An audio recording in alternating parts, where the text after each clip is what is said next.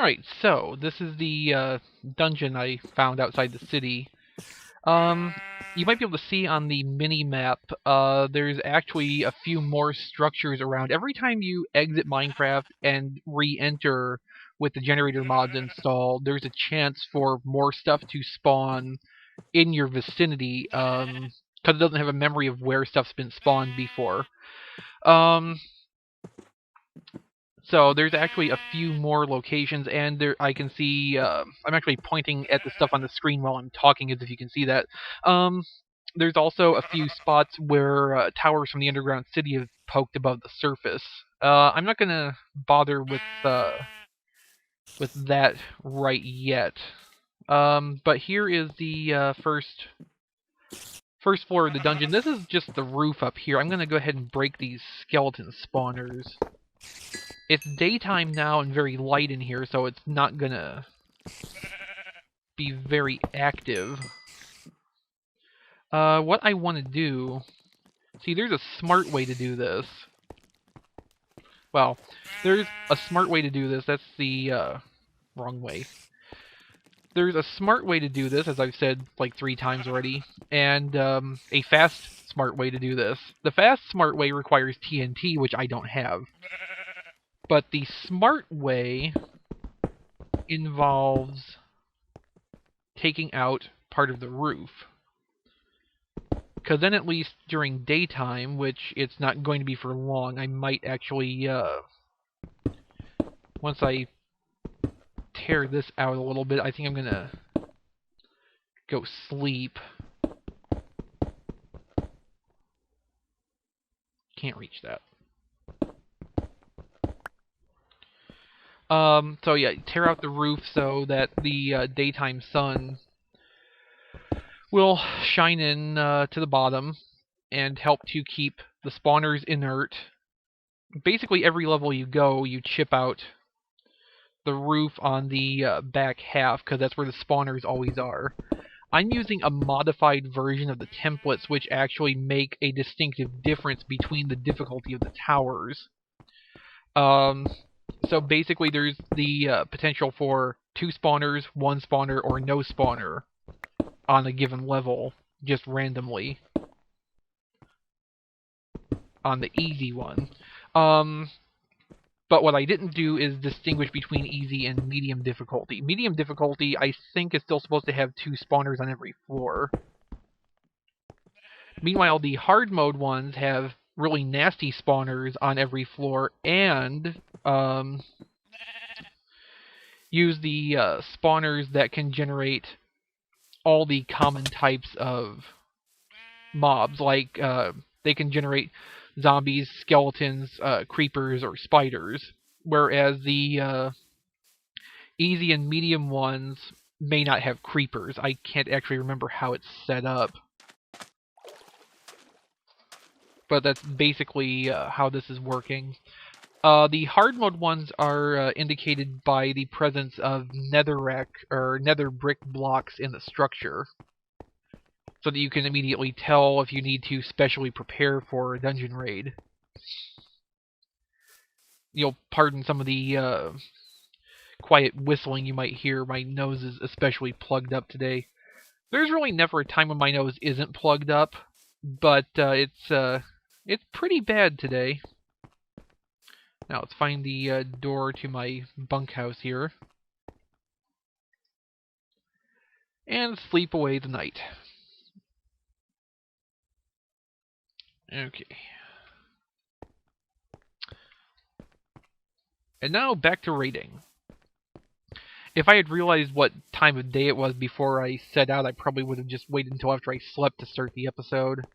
Oh well. It only cost us a minute or 2. I'm gonna take out that thorn bush, because I actually ran over that very same thorn bush on my way out of the city the first time, before I started recording the last episode.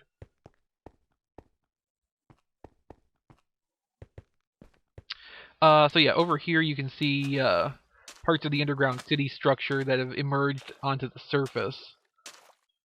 There is another dungeon over here, but I checked it out on my way through, because since it was closer, I thought it might be better to give that one a try. But as it turns out, the blazes are in one of the underground city towers, not the dungeon we're going to.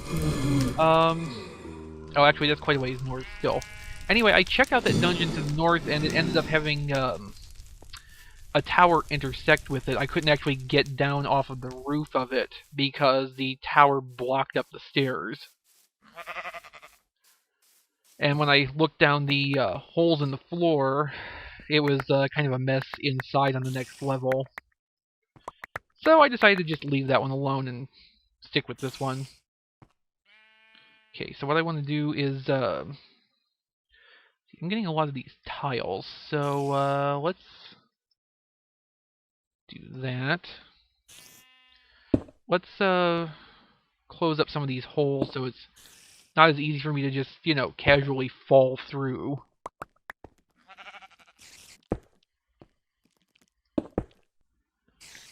Okay, so then we want to take and do this. I hear spiders on a level below. If the sunlight hits them, they become docile. And that's kind of the goal right now. To prevent further spawning and to make stuff that's already spawned, if possible, neutral. Which will at least work for the spiders, sadly not the creepers. If there are creepers. I hope there's not creepers. Creepers in dungeons with treasure chests are a bad combination. What you would need, really, is to have the... Oh, no spawners. Okay, well, that's easy.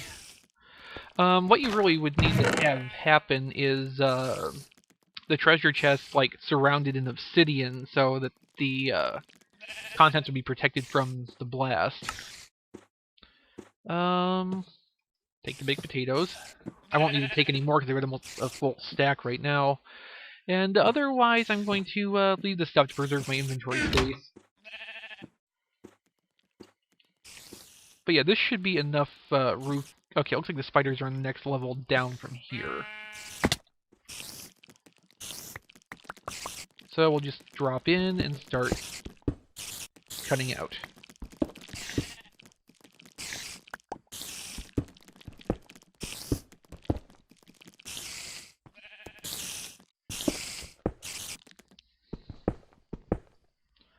Yeah, if I had TNT, we would already be clear to the bottom floor.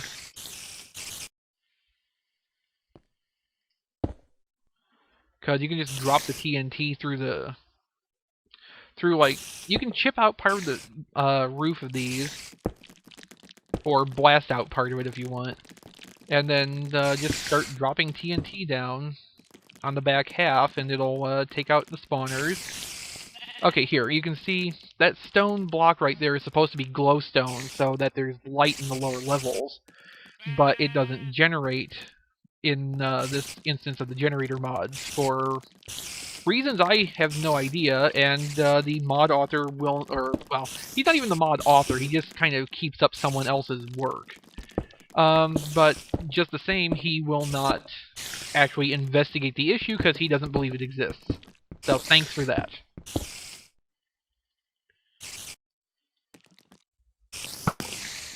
Alright.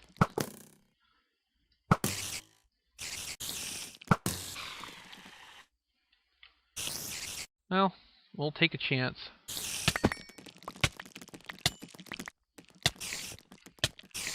Bad thing to do. Bad thing to do. See, these spiders were not exposed to the sunlight, so, see, this one's not hostile because it's in the sun. Hello. I'm sorry, I have to kill you because if it gets dark out, you'll hurt me. Alright. Close up these holes, like the ones I was afraid I was going to fall into. The first couple times I approached these, which was on Minecraft with Dix that I play with Iswan, I ended up falling like 3 levels straight down. and dying repeatedly. You can still find the video on his channel. I don't remember if I was recording at that point, but I may have been. We probably did Minecraft with Dix because it was the this opens out into an underground city. I hate when that happens.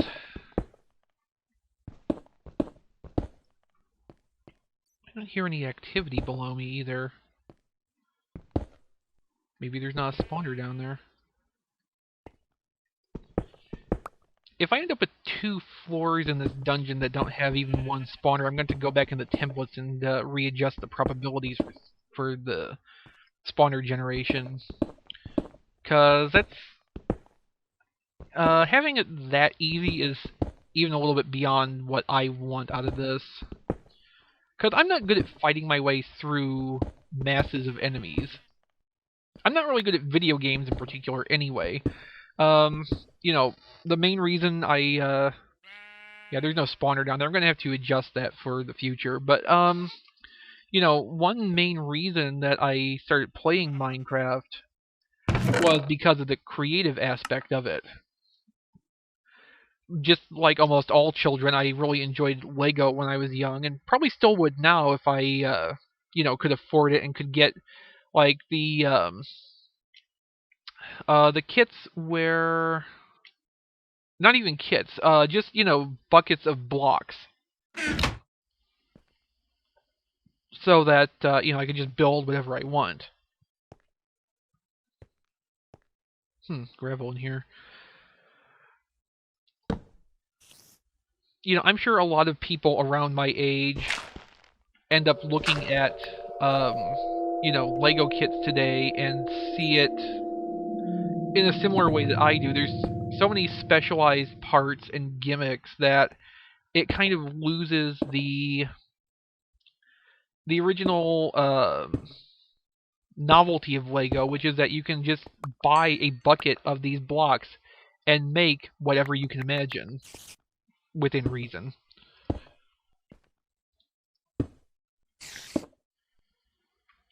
And, you know, Minecraft initially appealed to me on the same level. I don't have to fight, you know, zombies and skeletons and things. I could just switch it over to peaceful mode and explore and build. And for a long time, that's what I did. It wasn't really until I started playing with Istvan and Flailthroughs, or Rob as I've known him for about a decade now. You know, it wasn't until I started playing with them and Angelique Demon that I got into regularly playing on survival mode instead of peaceful. And, you know, sometimes there's another floor without a spawner in it. Yeah, I definitely overcorrected. And, ooh, boy. Oh, boy. Okay, do those exist? Yes, they do. Okay, we have portal modifiers. So that's a big step toward getting back to the south side of the mountain range, which is still a goal I have. Okay, I'm actually going to get rid of those, because right now they're just taking up space that I can use better for other things. TNT! Don't have a flint and steel on me, though. Get that and that. Get the monster spawners for sure, because food production. A lava bucket may come in handy, as will golden apples. I may have to go back up to the surface after this and store some stuff. Planks. More obsidian, that's good.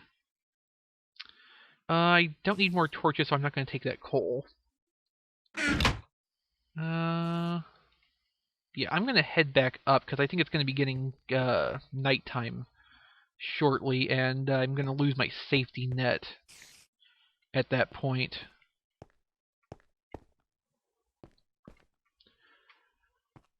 So yeah, basically with these dungeons, there's 3 approaches.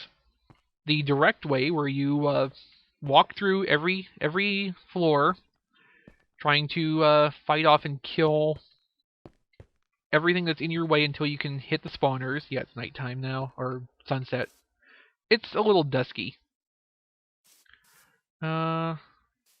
Okay, so you can take these things head on, which every time I've tried to do that in other maps I play, I get killed horribly, repeatedly, and endlessly. Because I can never really make it to... If I make it to a spawner, I usually don't get a chance to break it because the hostile mobs will end up attacking me and pushing me and usually knocking me down a hole into some deeper part of the dungeon, which results in me, horribly dying.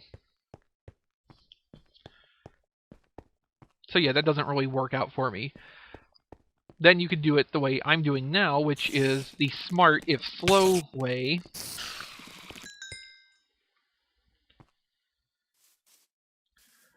Which, as long as you stick to daytime, you at least get you get a decent chance at getting killed by skeletons out in the open.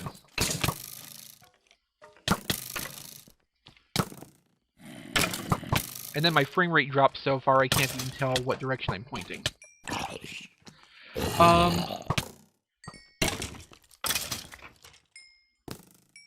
Okay. Anybody else around? Ah, you.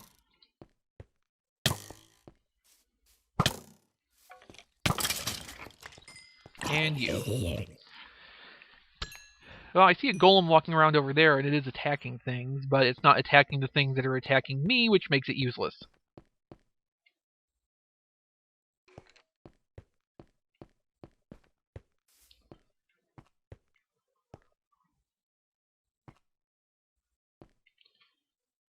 Close door, and hope we can sleep. Good. So yeah, the method I'm using now is the slow method that you employ when you don't have access to TNT. Because it does basically the same thing as the TNT method, it's just a lot slower. I want to check through these chests around here, because if I have a flint piece... Oh, I got one block of TNT right there. If I have a piece of flint somewhere, I can actually switch over to the fast method for the remainder of that dungeon and maybe shoot that creeper. A little high. I can switch over to the fast method for the remainder of that dungeon and maybe go and take on the one I saw a little farther out in the water. Okay. Do I have a flint? No, I don't. Redstone torches, which I think I can use reusably. I don't think that's a one-time use for lighting. Actually, I want to take that and keep some of the stuff all in the same place. In fact, I've got enough wood. I'm gonna go set up a couple more chests over here at my original. No, over here at my original station for the underground tower raid. I'm actually getting close to the end of this episode. What? Boy, you're a bad shot.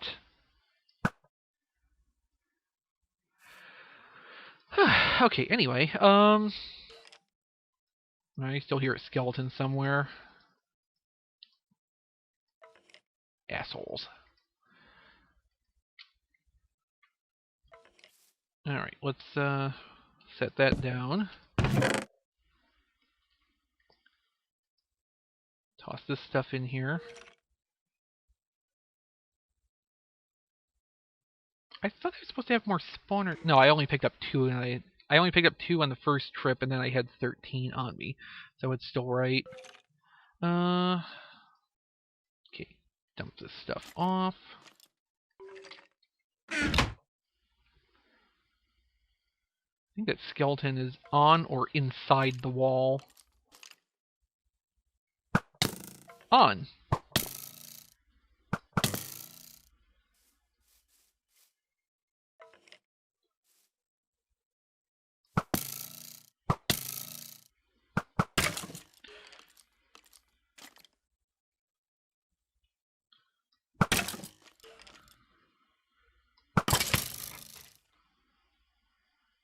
Okay. Anyway, put the obsidian in there. Keep the cobblestone, but dump those. Really need a piece of flint. But I kept dumping off gravel when I would get it because gravel's a pain in the ass. Gravel's good for two things. Making flint and using it to fill in lava pools. I want to pick up this carrot the zombie dropped.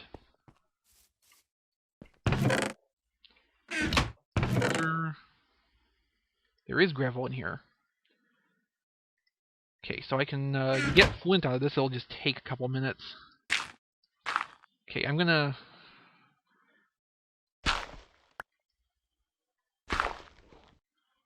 to mine for flint, and then as soon as I have that, I'm going to call this episode.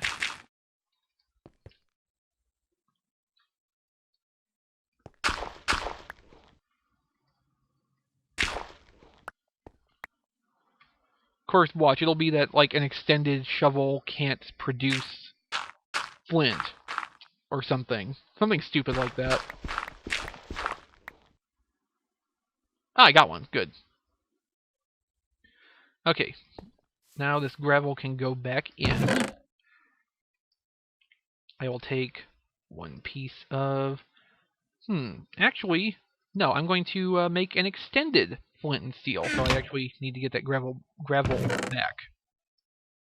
About to say gravel black.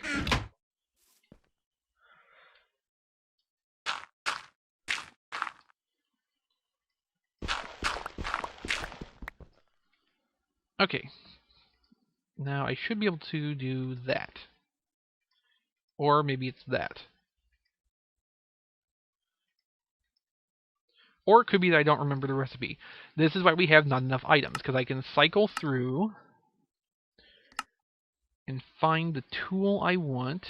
That's the regular one, not the extended.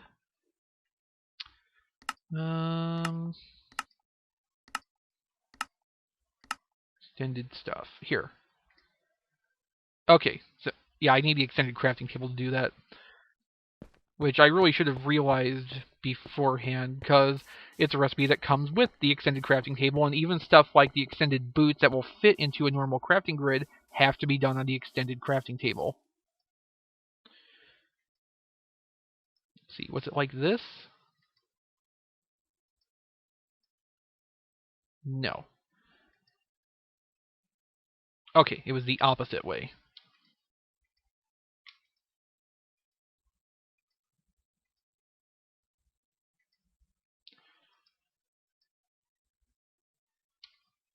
Extended flint and steel, which you can use to directly light entities on fire with. You know, if you're into that sort of thing. All right, so that ran us over a little bit. So I'm going to go ahead and call it here, and I'll be back next time to continue the dungeon raids.